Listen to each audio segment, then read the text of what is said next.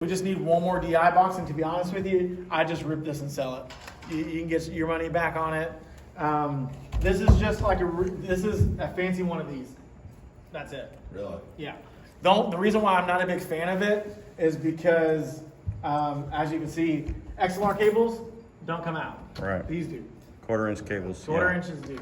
Easy. come So we're only using one of 8, and that's for the drums, and we could very easily Have two DI box. just have a DI box, and then now we've eliminated this thing. You have less cables up here. Okay. All right, so this is your snake, right? I can tell that it's connected, and this is really important if anything ever goes haywire. How it's lit up A, because you can, and it says the AE. Remember, it was AES50, so that's your snake. It says that you're connected up on your board AES 1 through 8. 9 through 18, and so on and so forth. If this is lit green, you're good to go. You're having a good day, and there really shouldn't be any issue. The only time there'd be an issue is one, your cable gets jacked up, right? When I was in portable church, that happened a lot. You know, we had 2 or 3 backup 100-foot cables, and I would really recommend, if you don't have a backup one, get one, just in case something goes south. You know, like I said, if someone trips over it, breaks it, or something decides to chew on it, you have a backup, because your board will not work. It's dead in the water. It's useless. That connects back here. There's a you'll see it when you go back here. It says alternate. It'll say A and B. The ASC50 A and B. You want to be an A. And then they'll start communicating again. That should never be touched. The only time that should be touched, once again, is if you have cable failure. So that's the Cat 6 cable running to A. Yes. Right From back over there. And exactly what it says on the back of that board is exactly what it says over here. It says AS, I can never remember. AES50A into AS50A here. You're good to go. Okay. And so that's your connectivity. That'll light up green. That means you're good to go. Whenever I said 1 for 1, it's 1 for 1. Sorry, your channels are ran 1 through 32, and everything that's addressed on the board up there as channel 1, it is what it is up here. That just makes for real simplicity's sake, right? So if you have that iPad and you say, hey, where are the drums plugged into? And you look on your iPad, it says 10. So if I look over here and say, okay, that's where it's at, cool, right? Right now, I think channel 10 is acoustic 2. That's why there's nothing in it currently. But say, for instance, you have a Sunday morning, right? Someone comes. We got 2 acoustic guitar players. On the board, it says acoustic 2 should be in channel 10. You're going to get a 1/4-inch cable. You're going to plug it in here. You're going to get a DI box, and then plug that bad boy into channel 10. Now you can manipulate it. It should always be that simple. It should never be more complicated than that. And so that's why it's really important to have your iPad or have someone behind the board if you're trying to figure out where something's plugged into. Also, once again, we have it labeled correctly, but when you're adjusting in-ears, you hit send on faders, right? I'm hitting send on faders. I go to 1. I'm looking for the drums. I know that the first 8 channels are vocals. 9 through 18 are instruments. I'm going to go through 9 through 18. I'm going to find it. Okay, it's on this channel. I bump that up. Luckily, everything's labeled correctly, so you really shouldn't have an issue. Up here, 1 through 32, these are your inputs, right? So this is what you're sending signal to the board. This is all your instruments. This is all your mics.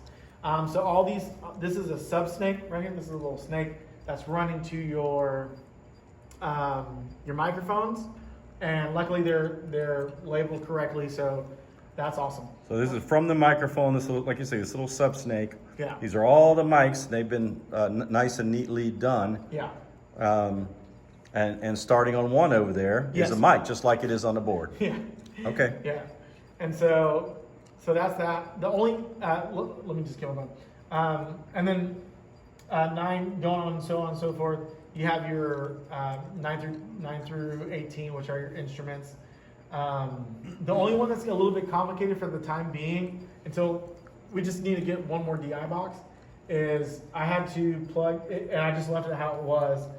it was plugged into channel 2 here, so I found, because this itself has a snake as well, that's what these are.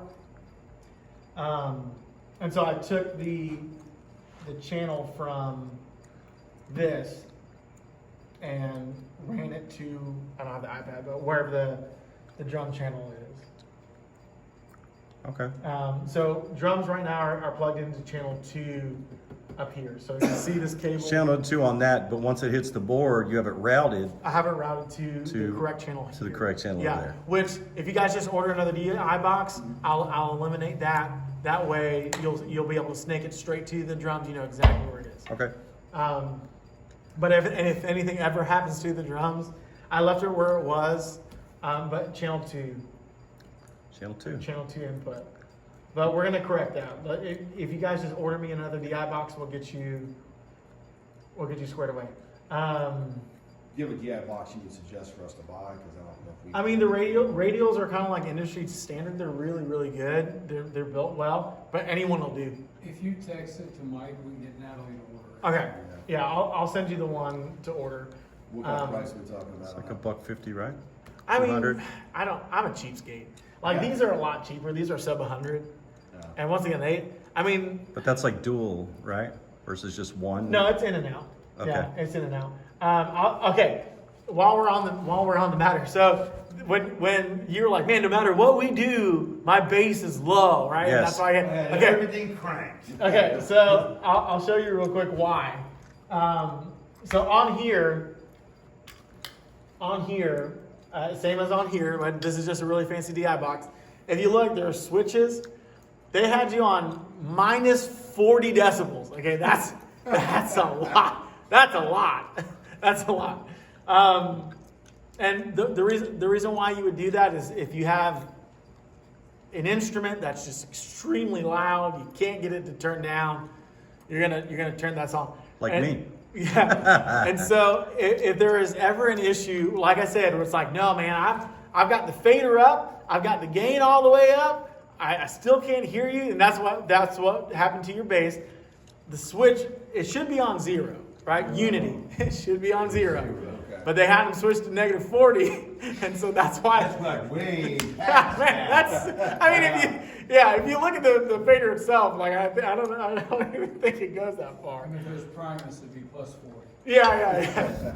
So that's a really, if you're ever in a scenario where it's like, man, I've got this bad boy gained up, I've got the fader up, there's no other headroom, there's no other place to go. Yeah. 9 out of 10 times someone accidentally switched. Because a lot of the times, so this is a ground switch. If you've got a buzzing, right? Yeah. Usually with pedal boards, that's gonna happen. Keyboards, anything that's electronic, drums, Yeah. happens a lot. If you got a real bad buzzing, it doesn't always work, but sometimes it does, especially because of the LED lights. I can guarantee you that's where it's going to come from. Really? This ground switch will fix it. I would say 50% of the time. It's not always. But Awesome. Let's flip now, we're on Unity. you're on 0. That's where you want to be. Is that just for the bass? No, that's for anything. No, that's just a feature of that DI. Some DI boxes don't even, like the radials, they don't even put it on it. Yeah, they don't put that They don't feature put it on there. It's, Really? I don't see why. I don't see why you would ever need it. Unless you really don't like that person. You know, you just don't want them to be heard. Yeah, man. Put them on. That's what happened, dude. And you brought a bass amp. Yeah, right. So that's that. Okay, moving on next. So that was all inputs, right? Inputs, what's going in, of course, right? Now we got our outputs. Okay, your outputs are going to, there's in the scenario in which we're running, there's 2 major outputs. We have our in-ear channels, and then we have our main left and right. Okay? That's house. That's house. That's house. So that's these two speakers. Okay, so 1 through 10, we have 11, but I don't think nothing's plugged into it. Those are your in-ears. All right? Those are the buses that we send to that. Yes. So that's your bus 1. That's all those, right? And we have it. Pack 1 is in 1, 2 in 2, all the way down the line. All right. And so this is where we ran into the issue earlier. I think we were just kind of like swapping around just to kind of figure out where they were. That should never change. These should never be adjusted. And then always with these particular, with this snake, 15 and 16 are your left and right out. Okay. Your mains. Names. So 15 and 16 are your mains, and then these are all your buses. Now that the other day whenever we were working with Dewey, I was like, hey Dewey, I'm gonna put you in 11 just to see what that does. That's what I was talking about. I was taking them, I was going to bus 11, plugging them in, seeing if it made a difference. And it didn't. It did? It didn't. No, because now we know it's a hardware issue, not a software issue. Well, when you say these things are going out, I thought it was running out via the board. I mean, via the Cat 6 cable that's sitting in the back. It's not doing that? So it's transferring that signal into actual hardware. So that signal goes from hardware to digital back to hardware. And so, because if you look at that back of the board, it's essentially, it's this. Yeah. And so it transfers the back of the board over here, and then. But that bottom row Yeah. is the outs. Yes. And then does it collate all that into the Cat 6 cable that goes to the It back? goes right back. Okay. Yeah. But we need to do that because this is the out end of the snake. Yes. Which Yeah, then so goes if to you the look- cat, which then goes to the digital part to the Cat 6. Okay. And this is, this is male. This is female. So if it's got the little prongs, it's a boy. If it's got the little holes, it's a girl. So, but it's important to know. It's an important thing to know. That's only dealing with XLR cables, right? Your mic cables. And so you'll see that all the inputs are female. But down here, all the outputs are male. Right? Because this is inputting, this is sending. Right? So, Now I see. yeah. I see. So now that's why all your outputs are down here and they're all male. And, The outputs are male. Got it. yeah. And so, that's really it. That's If you great. guys were to expand the team and got more, another reason why you would use an output is stage monitor. Right? So say for instance, you guys are like, we kind of want stage monitors. Cool. I'm gonna take the next available one, which is 12. I'm gonna relabel that bus monitor instead of just 12. I'm gonna rename it monitor, which on the iPad's really cool. You just select the channel, hit naming. There's even little cool pictures you can use. Some people like it. I personally, in a church, in a room size like this, go noiseless, no monitor. The only time I think it's beneficial is for a communicator. A lot of communicators like to have a floor monitor, but once again, I think a room like this, the way that the speakers bounce off the walls, if you want it, cool. If not, don't do it. Now, if you got some hot shot, worship leader or something like that, hey, I need a floor monitor, no problem. I'm gonna get it. I'm gonna go here. I'm going to run the out, right? That's a male. I'm going to go to 12. I'm going to go 12 on the board. I'm going to label it floor monitor. Once again, it's really easy. I'll show you guys how to do it. I thought that was old school, the floor monitor. It is. It is. But there are still a lot of churches that use them. And I'll tell you the vocals. Because vocals have a tendency of pulling an ear out to hear the room, and then they'll complain that their in-ears suck. Well, yeah. They do because they're not in. But I do this. I pull an ear out because I want to hear the room. I like it too. I like it. I like the ambience. It's very bad for your equilibrium. Yeah. Extremely bad. Laura was telling us about that. Very bad. Bad for equilibrium. Yeah. Really bad. Yeah. It can jack you up. Oh, I yeah. mean, so be careful. Because she did research on it. Yeah, because what's happening is you're getting high input from this one, and this one's compensating, and so it's going to jack up your hearing. Mine's already jacked up, so. Yeah. But yeah, that's the gist of this.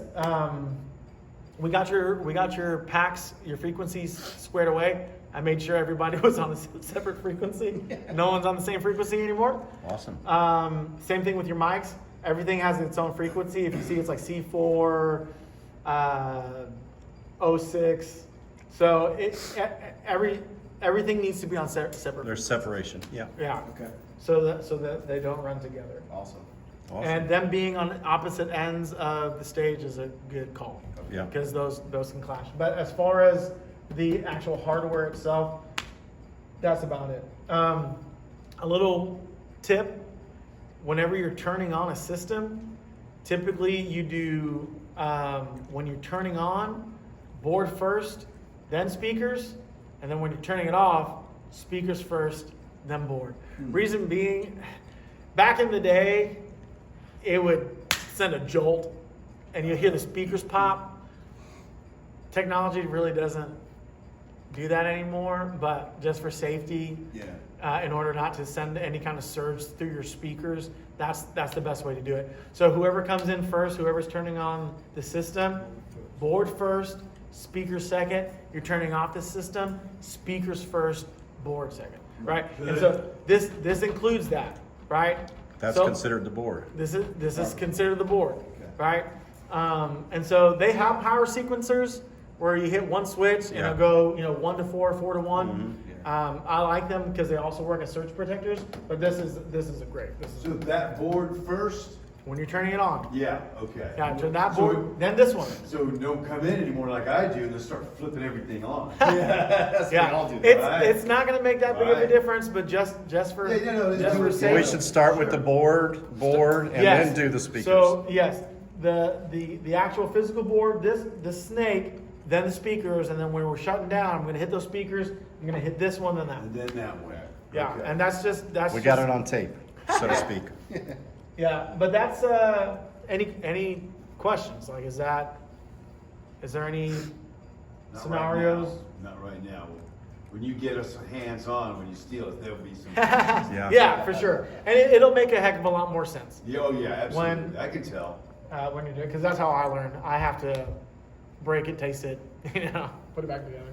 All right. But yeah, that's it. It's like pumping a fire truck. Let me really. cut it off.